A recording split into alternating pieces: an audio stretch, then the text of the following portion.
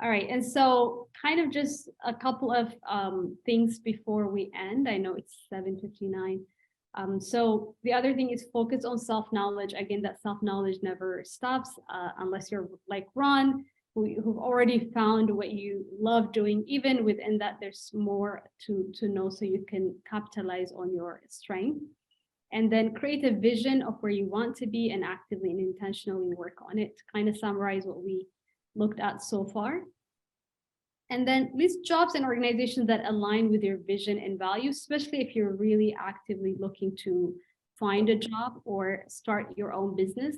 I do think that it's helpful to have a list of organizations that align with your values and vision. That way you can actually go and say, I want to work at this company, instead of just finding any job and whatever comes and getting on that.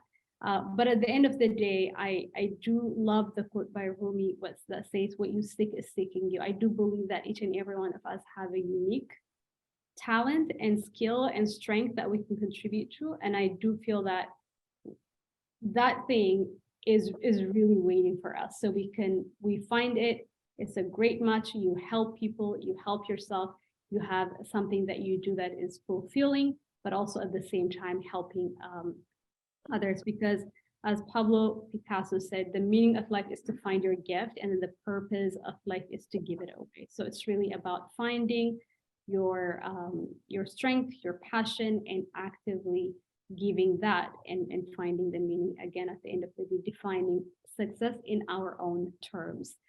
So with that, I'll end here and I'll open it for Q&A. I mean, do we have time? Does it end at 8? Do we have time for Q&A? Yes, we do. Okay, perfect. I'd like to make a suggestion. Mm-hmm. The idea of designing your ideal job and imagining what it would feel like to find that and how wonderful it would be. That's a technique in the law of attraction. The idea is when you're falling asleep, as you drop off, imagine that you found that ideal situation and how happy that will make you. You're programming your subconscious mind to picture you in the right situation for that to work. Mm-hmm. I used that technique to find an absolutely perfect romantic partner, and we had a dozen years together with a minor disagreement in the first week and no fights the entire dozen years. I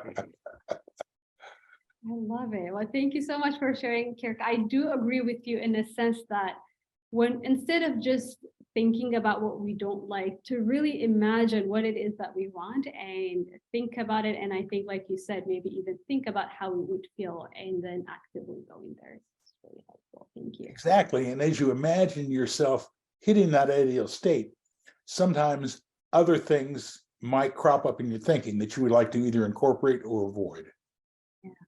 Yeah. Thank you for sharing.